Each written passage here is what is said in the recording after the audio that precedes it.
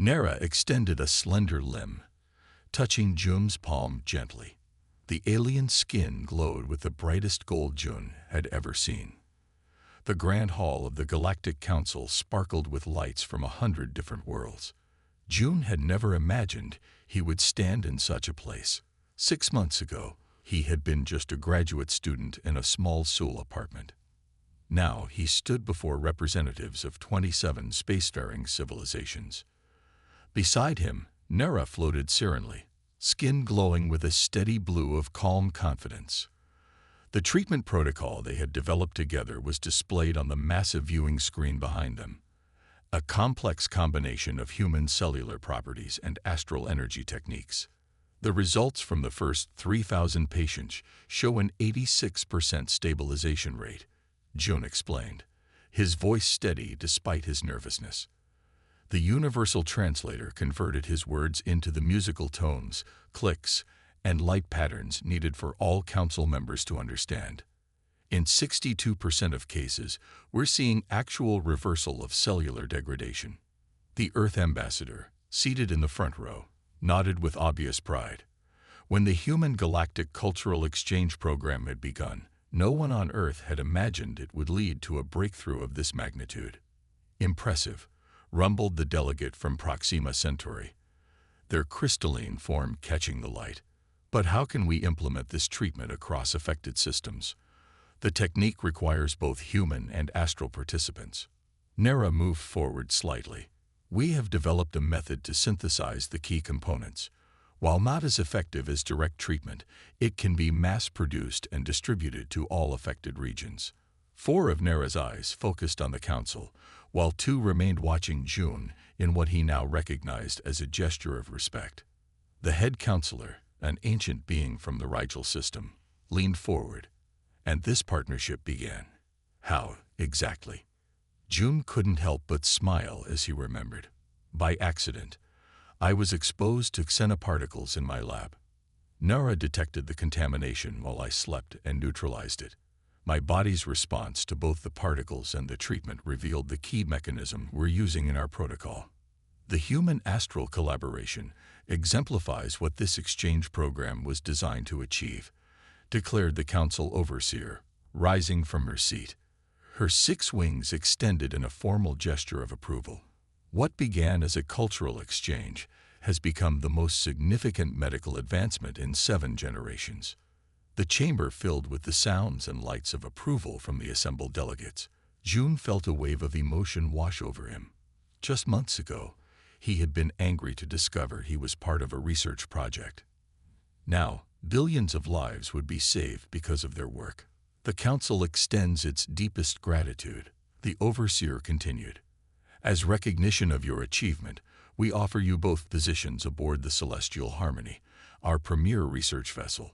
There, you may continue your work with the full resources of the Council at your disposal. Jun looked at Nera, surprised. They hadn't discussed leaving Earth. The alien skin rippled with questioning patterns of purple and gold, asking without words what Jun wanted to do. He thought about his small apartment in Seoul, about the university lab, about the life he had planned for himself. Then he thought about the stars, about worlds he had never seen, about discoveries waiting to be made. Jun smiled at Nera, remembering how terrified he'd been the night he found her hovering above his bed. What had begun as a frightening encounter had transformed into the most important scientific partnership in recent galactic history. Sometimes the most unexpected moments lead to the greatest discoveries, he said quietly. Nera's skin shifted to the warm gold of agreement, with flecks of excited blue appearing across the surface. We accept with gratitude, Jun told the council, his decision made. When can we begin? As they left the chamber later, Earth's ambassador approached them. You realize you've changed everything, don't you? Human-alien relations will never be the same after this. Jun nodded, watching as Nera conversed with a group of astral scientists across the room. 6 months ago, he couldn't have imagined sharing his apartment with an alien, let alone traveling among the stars with one. That was the point of the program, wasn't it? Jun said. To discover what we could become together. The ambassador smiled. I think you've discovered only the beginning. Dwelling partners protect each other, Nara replied simply. It is universal. The university lab was quiet in the late evening hours. Most researchers had gone home, leaving June and Nara alone with the advanced equipment. 3 days had passed since the midnight incident, and June's medical tests had just been completed. The holographic display showed complex images of June's cellular structures, rotating slowly above the lab table. Humans possess remarkable cellular resilience, Nara explained as they sat in the university lab, reviewing June's test results. The alien's limbs moved gracefully as they pointed to different parts of the display. The way your DNA repairs itself is unique in the galaxy. June studied the display. The images showed his cells actively fighting off the xenoparticles, rebuilding damaged structures at an impressive rate. Is that why I was selected for the exchange program? June asked, suddenly suspicious. The thought had been growing in his mind since the incident. Did you already know about my cells before you came to Earth? Nara's skin shifted to a thoughtful purple. The colors swirled slowly as the alien seemed to consider how to respond. Partially, Nara admitted finally. The collective seeks to understand how humans adapt so quickly to environmental changes. Your genetic markers show exceptional potential. June pushed his chair back from the table. So I'm just a research subject. He felt his temper rising, heat spreading across his face. You came here to study me like a lab specimen. No, Nara replied softly, the translator conveying the gentleness June hadn't heard before. You're a partner in something much larger than either of us. June crossed his arms. Explain. Nara moved closer to the display and adjusted it. The hologram changed to show a map of the galaxy, with several areas highlighted in red. 5 solar cycles ago, a biological anomaly began affecting multiple species across these regions, Nara explained. It weakens cellular structures, causing progressive system failure. The Astral Collective has lost thousands to this condition. June studied the map. A galactic disease. Yes, our best medical minds have found no solution. Nara's skin darkened to a deep blue. Then we discovered something unexpected. When humans visited affected worlds, they showed complete immunity. Not only that, some humans who worked closely with affected individuals seemed to temporarily slow the condition's progress in those around them. June's anger began to fade, replaced by scientific curiosity. How is that possible? We don't fully understand yet, but preliminary studies suggest human cells produce compounds that strengthen other biological systems. Nara touched the display again, bringing up images of different alien species. The Earth Galactic Cultural Exchange Program was created for many reasons, but this research is among the most important. June sat back down, his mind racing. So all the aliens living with humans on Earth are studying their human partners, yes, but not as specimens, as equals whose biology might help save millions of lives. Nara's skin glowed with bands of gold and green. You were specifically selected because your cellular patterns show heightened adaptation capabilities, even among humans. June looked down at his hands, seeing them differently now. Why didn't you tell me this from the beginning? Nara moved closer. The collective feared that knowing might change human behavior, affecting the results. I disagreed with this approach, but followed protocol. The alien's skin rippled with regretful blue tones. After you saved my life by sharing your dwelling, I questioned many of our methods. I saved your life, June asked, confused. Astral beings require bioharmonic resonance with others to maintain our energy patterns, Nara explained. Living alone would have caused my systems to deteriorate within months. Your presence stabilizes me. I believe this is connected to the same properties that make humans potential healers for the galaxy. June stood slowly, looking at the cellular display again. So where do we go from here? With your consent, we would develop a research partnership, Nara said. Your xenobiology knowledge combined with my medical training could lead to breakthroughs. But the choice must be yours, freely made. For the first time since they'd met, Jun felt like he truly saw his alien roommate, not as a strange visitor or a scientific curiosity, but as someone reaching out for help. Partners, Jun said, extending his hand. Real partners this time. This cultural exchange was going to be more educational than any classroom could ever be. 3 weeks had passed since Jun and Nara established their boundaries. Their apartment routine had settled into something almost normal. Jun would work at the university xenobiology lab during the day, while Nara studied Earth culture and worked on research projects for the Astral Collective. In the evenings, they would exchange knowledge about their respective worlds. Jun had learned that Nara's species communicated not just through sound, but also through subtle color changes in their skin. He had begun to recognize certain patterns: gold for agreement, deep blue for concentration, purple for curiosity. In turn, he taught Nara about human facial expressions and body language. That Tuesday had been particularly tiring. Jun spent hours in the lab's containment area, studying samples of alien plant specimens. The safety protocols were strict, but the work was fascinating. By the time he returned home, his eyes were heavy with exhaustion.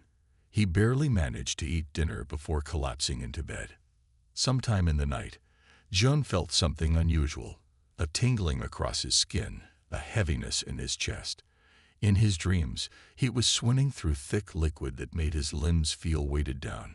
He struggled to reach the surface, to breathe. Jun jolted awake. The first thing he saw was Nara positioned directly above him, hovering less than a foot from his face. The alien's body emitted a soft blue glow that illuminated the bedroom in eerie light. All 6 eyes were open wide, focused intensely on his chest and neck. "What?" Jun began, his voice thick with sleep. "Don't move," Nara said urgently, the translator rendering a voice uncharacteristically serious. "I've detected cellular damage in your lymphatic system." Jun's mind cleared instantly. "What are you talking about?" He tried to sit up, but found himself gently held in place by an invisible field. Panic rose in his throat. "Let me go. Please remain still."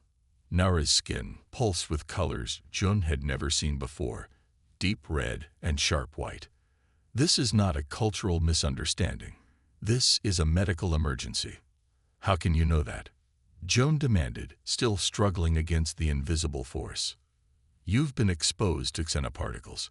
My sensors detected them tonight when your immune response intensified." Nara extended 4 limbs now, each holding different small devices that hummed and pulsed with light. "The containment system at your laboratory must have failed." Jun stopped struggling. "That's impossible. The safety protocols are designed for known contaminants." Nara finished for him. "These particles are from the Cygnus samples that arrived last week. Your scanners would not detect them." The invisible field eased slightly, allowing Jun to breathe more deeply, but still prevented him from sitting up. Above him, Nara's limbs moved in complex patterns, directing the devices in a careful sequence over his chest, neck, and face. "What are you doing to me?" Jun asked, his voice smaller now. "Neutralizing the particles before they bind permanently to your cell structures," Nara explained, 2 eyes remaining fixed on him while the other 4 monitored the devices. "Among my people, I am a medical specialist. This is why I was selected for the exchange program." "You're a doctor?" Jun had assumed Nara was a cultural researcher like himself. "The closest human concept would be immunologist," Nara replied, skin shifting to a focused indigo. "Please remain still for 7 more minutes." Jun lay there, watching as Nara worked with precise movements. The tingling sensation across his skin intensified, then gradually faded. The heaviness in his chest lifted. When morning came, Jun insisted they go to the University Medical Center. The human doctors were skeptical at first, but the tests confirmed everything Nara had said. Microscopic extraterrestrial spores were present in Jun's system, but they were dormant, neutralized by whatever treatment Nara had performed. "If these have remained active for another day," the lead doctor said, examining the results, They would have caused severe respiratory damage. June looked at Nera, whose skin now glowed a calm amber. "You saved my life." June's eyes snapped open. The room was dark except for a soft blue glow. As his vision cleared, he saw Nera hovering directly beside his bed. The alien's iridescent skin emitted a gentle light, and all 6 eyes were fixed on him. 2 of Nera's thin limbs were extended, holding some kind of scanning device just inches from his forehead. "What are you doing?" he gasped, pulling his blanket up defensively. His heart pounded as he pressed himself against the headboard. Nera drifted back slightly, the alien skin shifting to a puzzled shade of green. "You were experiencing stress hormones during sleep. I was assessing your condition." June blinked rapidly, trying to make sense of what was happening. The digital clock by his bed read 3:14 a.m. "You were scanning me in my sleep. Your breathing pattern changed. Your body temperature rose.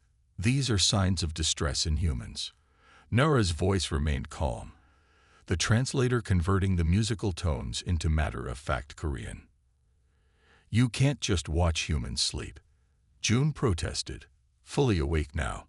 "On Earth, we consider that a serious invasion of privacy." Nera's skin rippled with bands of yellow and purple, privacy during vulnerability.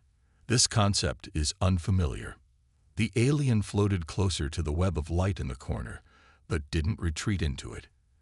Instead, Nera seemed to be processing this new information. "In my culture, housemates monitor each other's biorhythms as a courtesy," Nera explained, genuinely confused by his reaction. "I noticed your cortisol levels were elevated. Among the astral collective, it would be considered neglectful to ignore such signals from a dwelling partner." June ran his hand through his hair, trying to calm himself. "On Earth, we handle our own health monitoring. If I need help, I'll ask for it." "But you were unconscious," Nera pointed out, logic evident in the musical tones. "How could you ask for assistance?" June hadn't considered that perspective. "We just don't do that here. It's cultural, I guess." Nera's skin shifted to a thoughtful blue. "I see. Earth customs prioritize isolation over well-being. I will adjust my protocols." "That's not exactly." Jun sighed.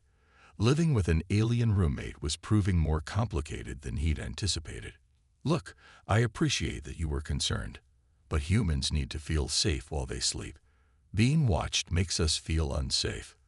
"A contradiction," Nera observed. "Safety through lack of observation."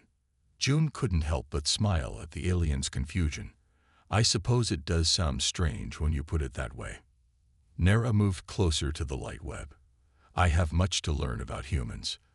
Tomorrow, perhaps you could explain more Earth customs to prevent further misunderstandings."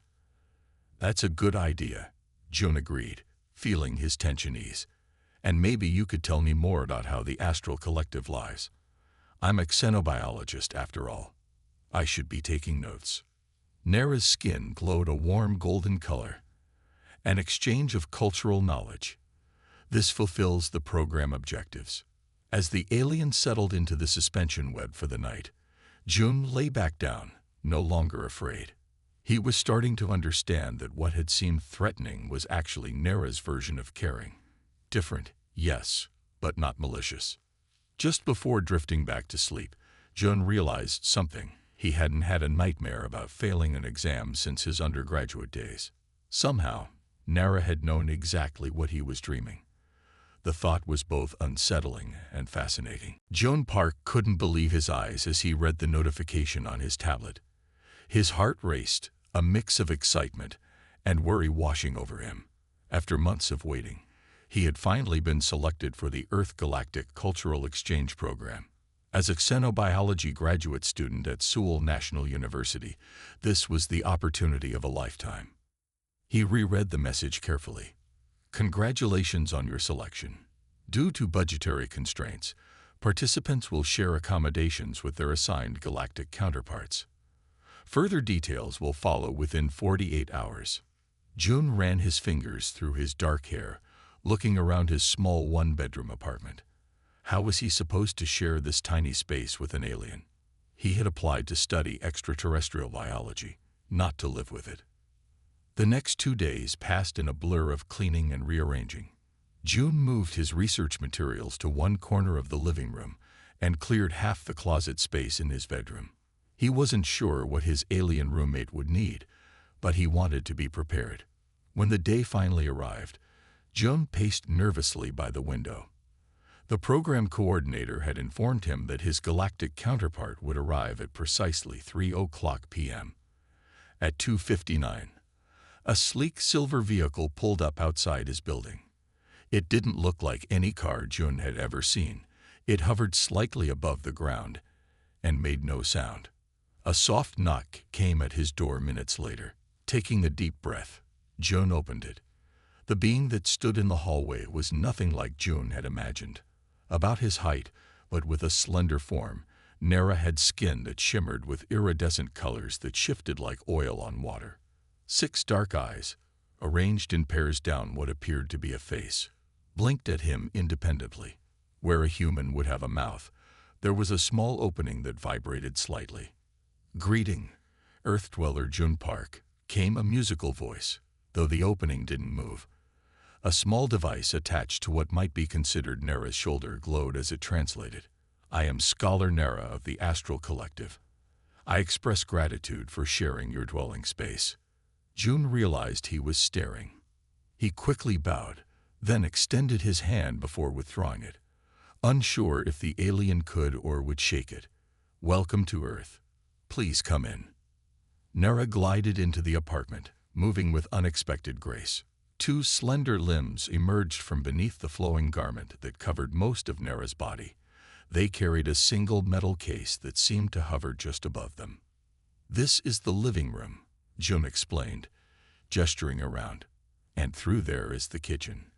The bathroom is here, and this is the bedroom." Nera followed him, those 6 eyes taking in everything. When they reached the bedroom, Nera paused. "The sleeping chamber is confined," Nera noted, the translator rendering the musical language into crisp Korean. "But it will suffice for my needs." June nodded politely, wondering just what those needs might be. "Do you sleep like humans do? I can take the couch if you prefer the bed." Nera's skin shifted to a deeper blue. "Your concern is noted, but unnecessary. I require suspension, not horizontal rest. This corner will be adequate." Before June could ask what suspension meant, Nera opened the metal case. Inside was a small device that Nera attached to the ceiling in the corner of the room. It projected what looked like a web of light.